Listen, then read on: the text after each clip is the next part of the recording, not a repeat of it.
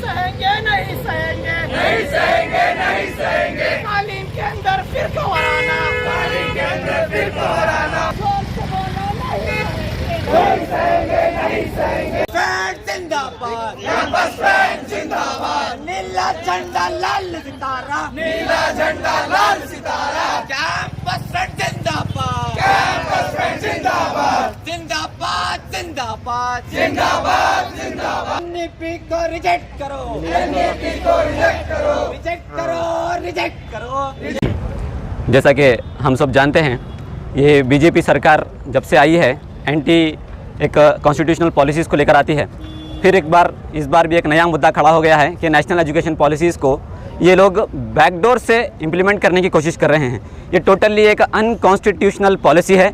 अगर एक अल्फाज में इसको कहा जाए तो ये पूरे एक सिस्टम को सेफ्रोनाइजेशन करने की एक बहुत बड़ी एक साजिश यहाँ पर की जा रही है। तो हम इसके सख्त खिलाफ़ हैं और इसको बाइकआउट करते हैं। ये देखिए, एक सिर्फ कुछ लोगों के लिए नुकसानदेह नहीं है, ये तमाम लोगों के लिए, चाहे वो गरीब हो चाहे वो अमीर हो, सबके लिए एक नुकसानदेह है। हर कम्युनिटी के लिए ये बहुत नुकसान का बाइस बनने वाला है।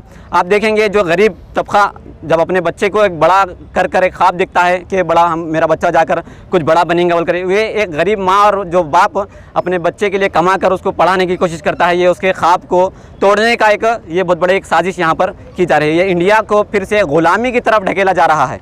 ये नेशनल एजुकेशन पॉलिसीज़ को लाकर, नए पॉलिसीज़ को लाकर ये पूरे एजुकेशन सिस्टम को ये कोलैप्स करने की ये लोग कोशिश कर रहे हैं। कैंपस फ्रंट ऑफ इंडिया की जानिब से यहाँ पर गुलबर्गा डिस्ट्रिक्ट के अंदर इसका आगाज़ हुआ है। जिस तरह एनईपी को हमने रिजेक्ट किया था, जिस तरह बाइकआउट किया था, जिस तरह एनआरसी और सीएए को भी बाइकआउट किया था, उसी तरह एनईपी जो नेशनल एजुकेशन पॉलिसी है इसको भी हम रिजेक्ट करते हैं, इसको भी हम बाइकआउट करते हैं। मुल्क भर में हम इसी तरह से नए अलग अलग जगहों पर पूरे हिंदुस्तान के अंदर प्रोटेस्ट करते आएंगे और इसके ख़िलाफ़ आवाज़ उठाते आएंगे और इसके इम्प्लीमेंटेशन के ख़िलाफ़ कितना भी बड़ा मूवमेंट खड़ा करने की ज़रूरत हो उतना बड़ा मूवमेंट खड़ा कर हम इसको रिजेक्ट करेंगे और इसको यहाँ पर लाने नहीं देंगे।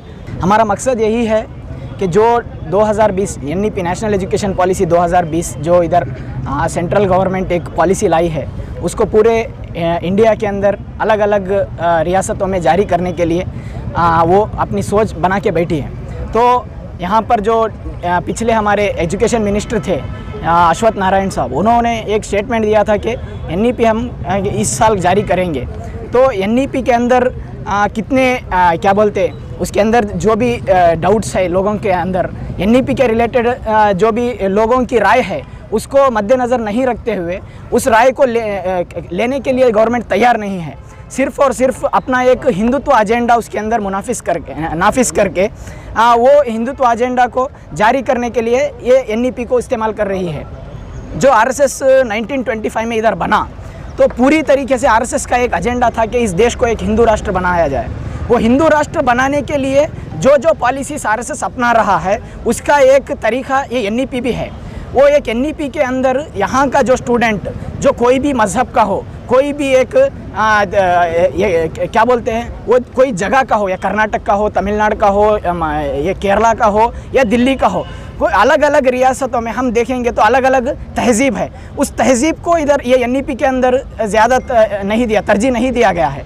एनईपी के अंदर टोटली एक जो मनुवाद का सिद्धांत है, जो पहले गुरुकुल सिस्टम और चरका और जो हम जब पिछले एंशिएंट टाइम के जब हम हिस्ट्री देखेंगे तो सिर्फ़ और सिर्फ अपर कास्ट के लोगों को इधर एजुकेशन मिलता था। तो वही सिस्टम अपर कास्ट के लोगों को इधर एजुकेशन मिलना है, लोअर कास्ट के लोगों को या फिर यहाँ के दलित और पिछड़े तबकात है, मुसलमान है, इनको एजुकेशन से हम वंचित करने के लिए, एजुकेशन से इनको दूर रखने के लिए ये एनईपी को नाफिज किया गया है। लेकिन ये एनईपी में कहीं भी डायरेक्टली ये नहीं बोला गया कि हम इनको शिक्षा नहीं देंगे, हम इनको तालीम नहीं देंगे, ऐसा नहीं कहा गया है। ये बैकडोर से, यानी उनका जो एजेंडा है वो पीछे से वो लोग जारी करते हैं, कभी भी सामने आकर बोलते नहीं कि हम यही कर रहे हैं। इसके अंदर हम जब देखेंगे अलग अलग 3 टाइप की यूनिवर्सिटीज़ ला रही है ये एनईपी के अंदर। वो यूनिवर्सिटीज़ लाने के बाद इसके अंदर प्राइवेटाइजेशन को बढ़ावा दे रहा है। प्राइवेटाइजेशन अगर बढ़ेगा, जिसके पास पैसा होगा वो कॉलेज को जाएगा, वो पढ़ेगा। अगर जिसके पास पैसा नहीं होगा वो कॉलेज को नहीं जाएगा, वो शिक्षा उसे नहीं मिलेगी। तो ये टाइप का एक सिस्टम इधर आरएसएस ला रहा है। एक तरफ प्राइवेटाइजेशन, एक तरफ हिंदुत्व, ये दोनों मिलाकर टोटली एक बात में अगर मैं बोलूँगा तो हिंदुत्व का हार्डवेयर के साथ ये एक क्या बोलते हैं हिंदुत्व के हार्डवेयर के साथ कॉरपोरेट सिस्टम का एक सॉफ्टवेयर लगाकर एनईपी को जारी कर रहे हैं। किसी भी हालत में कर्नाटक की इस अमन चैन की इस ज़मीन पर इस कैंपस फ्रंट कहीं भी तरीके से किसी भी तरीके से एनईपी को जारी करने नहीं देगा। अगर ज़रूरत पड़ी तो हम लोग आने वाले दिनों में जो एजुकेशन मिनिस्टर है, जो सीएम है, अभी फ़िलहाल सीएम है या फिर विधानसौधा है, हर एक के तरफ हम अपना मार्च करेंगे। ये सिर्फ डीसी ऑफिस का मार्च आज हमारा एक उद्घाटन है, सिर्फ आज हम आगाज़ कर रहे हैं कि हम ये कर सकते हैं। अगर गवर्नमेंट अपनी तानाशाही अपनी हिमाकत यही तरीके से जाहिर रखेगी तो ये दिन दूर नहीं है कि विधानसौधा के सामने हज़ारों स्टूडेंट्स को लेकर जाकर हम उधर मार्च करेंगे और इस गवर्नमेंट की तानाशाही को ज़रूर ब ज़रूर रोकेंगे।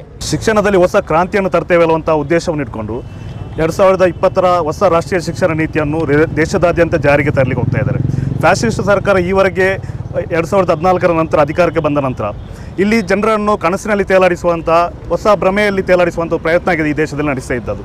ಅಚ್ಚೆ ದಿನ ಆಯೋಗ ಹೇಳುವ ಮುಖಾಂತರ, ಅಕೌಂಟಿಗೆ 15 ಲಕ್ಷ ಬರುತ್ತೆ ಹೇಳುವಂಥ ಮುಖಾಂತರ, ಇನ್ನಿತರ ಹಲವಾರು ವಿಚಾರಗಳನ್ನು ಇಟ್ಟುಕೊಂಡು ಈ ದೇಶದ ಜನರನ್ನು ಕನಸಿನಲ್ಲಿ ತೇಲಾಡಿಸುವ ಮುಖಾಂತರ ಇಲ್ಲಿ ಅಧಿಕಾರಕ್ಕೆ ಬಂದದ್ದು ನಮಗೆ ಕಾಣಲಿಕ್ಕೆ ಸಾಧ್ಯ ಆಗಿದೆ. ಈ ನಿಟ್ಟಿನಲ್ಲಿ ಇವತ್ತು ನಾವು ನೋಡಬೇಕಾದ್ರೆ 2020ರಲ್ಲಿ ಹೊಸ ರಾಷ್ಟ್ರೀಯ ಶಿಕ್ಷಣ ನೀತಿಯನ್ನು ಇವರು ತರಲಿಕ್ಕೆ ಹೊರಡ್ತಾ ಇದ್ದಾರೆ. ಈ ಒಂದು ಶಿಕ್ಷಣ ನೀತಿಯನ್ನು ನಾವು ಆಳವಾಗಿ ಅಧ್ಯಯನ ಮಾಡಿದರೆ ಒಂದು ಕ್ಯಾಪಿಟಲಿಸ್ಟ್ ಆಗಿರುವಂಥ ಬಂಡವಾಳಶಾಹಿಗಳ ಹಿತವನ್ನು ಕಾಪಾಡುವಂಥ ಮತ್ತು ಬ್ರಾಹ್ಮಣವಾದವನ್ನು ಇಲ್ಲಿ ಅನುಷ್ಠಾನಕ್ಕೆ ತರುವಂಥ ಒಂದು ಪ್ರಯತ್ನ ಆಗಿರ್ತದೆ ಈ ಒಂದು ಹೊಸ ರಾಷ್ಟ್ರೀಯ ಶಿಕ್ಷಣ ನೀತಿಯಲ್ಲಿ ತರಲಿಕ್ಕೆ ಹೋಗ್ತಾ ಇರುವಂಥದ್ದು. ಈ ಒಂದು ವಿಚಾರದಲ್ಲಿ ನಾವು ಆಳವಾಗಿ ಅಧ್ಯಯನ ಮಾಡಿದರೆ ಇದರಲ್ಲಿ ಡ್ರಾಪ್ ಔಟ್ಗಳಾಗುವಂಥ ಎಲ್ಲ ಲಕ್ಷಣಗಳು ಕಾಣ್ತಾ ಇದೆ. ಇಲ್ಲಿ ವಿದ್ಯಾರ್ಥಿಗಳಿಗೆ ಸರ್ಕಾರ ಬೇಸಿಕ್ ಆಗಿರುವಂಥ ಎಜುಕೇಷನ್ ನೀಡುವಂಥ ಒಂದು ಕರ್ತವ್ಯ ಆಗಿರ್ತದೆ ಎರಡು ಸರ್ಕಾರಗಳಿಗೆ ಇರುವಂಥದ್ದು.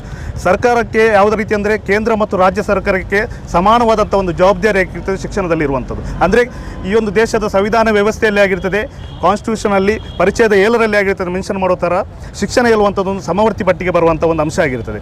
ಆದರೆ ಈ ಒಂದು ಸಮವರ್ತಿ ಪಟ್ಟಿಗೆ ಬರುವಂಥ ಅಂಶ ಅಂದರೆ ಕೇಂದ್ರ ಮತ್ತು ರಾಜ್ಯಕ್ಕೆ ಸಮಾನವಾದಂಥ ಅವಕಾಶ ಇರುವಂಥ ಈ ಒಂದು ಜವಾಬ್ದಾರಿಯಲ್ಲಿ ಇವತ್ತು ಸರ್ಕಾರ ಕೇಂದ್ರೀಕೃತವಾದಂಥ ಒಂದು ವ್ಯವಸ್ಥೆಯನ್ನಾಗಿರುತ್ತೆ ಇವತ್ತು ಮಾಡಲಿಕ್ಕೆ ಹೋಗ್ತಾ ಇರುವಂಥದ್ದು. ಅಂದರೆ ಒಕ್ಕೂಟ ವ್ಯವಸ್ಥೆ, ಫೆಡರಲ್ ಸಿಸ್ಟಮ್ಗೆ ಇವತ್ತು ಧಕ್ಕೆ ತರುವಂಥ ಒಂದು ವ್ಯವಸ್ಥೆಯನ್ನೇ ಆಗಿರ್ತದೆ ಇವತ್ತು ಏನು ಕೇಂದ್ರ ಸರ್ಕಾರ ತರಲಿಕ್ಕೆ ಹೋಗ್ತಾ ಇರುವಂಥದ್ದು. ಇದರಿಂದಾಗಿ ಕನ್ನಡದಂಥ ಪ್ರಾದೇಶಿಕ ಭಾಷೆಗಳಿಗೆ ಏನು ಪೆಟ್ಟು ಬೀಳುವಂಥದ್ದಾಗಿರ್ಬೋದು, ಹಿಂದಿಗೆ ಏರಿಕೆ ಮಾಡುವಂಥದ್ದಾಗಿರ್ಬೋದು, ಒಟ್ಟಾರೆ ಪ್ರಾದೇಶಿಕವಾಗಿರುವಂಥ ಸಂಸ್ಕೃತಿಗಳನ್ನು, ಕಲೆಗಳನ್ನು, ಆಚಾರ ವಿಚಾರಗಳನ್ನು ಇವತ್ತು ಅಲ್ಲಗಲಿಯುವಂಥ ವ್ಯವಸ್ಥೆಯನ್ನಾಗಿರ್ತೀವಿ ದೇಶದಲ್ಲಿ BJP ಸರ್ಕಾರ ಮಾಡ್ತಾ ಇರುವುದು ನಮಗೆ ಕಾಣಲಿಕ್ಕೆ ಸಾಧ್ಯ ಆಗುತ್ತೆ. ಇನ್ನು ಇತಿಹಾಸದ ಬಗ್ಗೆ ನಾವು ನೋಡಬೇಕಾದ್ರೆ ನೈಜ ಇತಿಹಾಸವನ್ನು ಮರೆಮಾಚುವಂಥ ಪ್ರಯತ್ನ ಆಗಿರ್ತದೆ ಇಲ್ಲಿ ಕಾಣಲಿಕ್ಕೆ ಸಾಧ್ಯ ಆಗ್ತಿರುವಂಥದ್ದು. ಒಟ್ಟಾರೆ ಹೇಳ್ಬೇಕಾದ್ರೆ ಈ ಒಂದು ಇತಿಹಾಸ NEPಯಲ್ಲಿ ನಾವು ಆಳವಾಗಿ ಅಧ್ಯಯನ ಮಾಡಿದರೆ 3 ರೀತಿಯ ಇತಿಹಾಸಗಳು ನಮಗೆ ಕಾಣಲಿಕ್ಕೆ ಸಾಧ್ಯ ಆಗುತ್ತೆ. ಆನ್ಷಿಯಂಟ್ ಹಿಸ್ಟ್ರಿ, ಮಾಡರ್ನ್ ಹಿಸ್ಟ್ರಿ, ಅದೇ ಥರ ಮಿಡುವಲ್ ಹಿಸ್ಟ್ರಿ ಅಂತ ಹೇಳ್ಬೋದು. ಆದರೆ ಮಿಡುವಲ್ ಹಿಸ್ಟ್ರಿಯ ಬಗ್ಗೆ ಎಲ್ಲಿ ಕೂಡ ಇಲ್ಲಿ ಪ್ರಸ್ತಾಪ ಆಗಲಿಲ್ಲ. ಅಂದರೆ ಮಧ್ಯಕಾಲೀನ ಇತಿಹಾಸದ ಬಗ್ಗೆ ಮುಸಲ್ಮಾನರ ಕೊಡುಗೆಗಳನ್ನು ಮರೆಮಾಚುವಂಥ ಪ್ರಯತ್ನ ಆಗಿರ್ತದೆ ದೇಶದಲ್ಲಿ ಇವತ್ತು ಕಾಣಲಿಕ್ಕೆ ಸಾಧ್ಯ ಆಗ್ತಿರುವಂಥದ್ದು.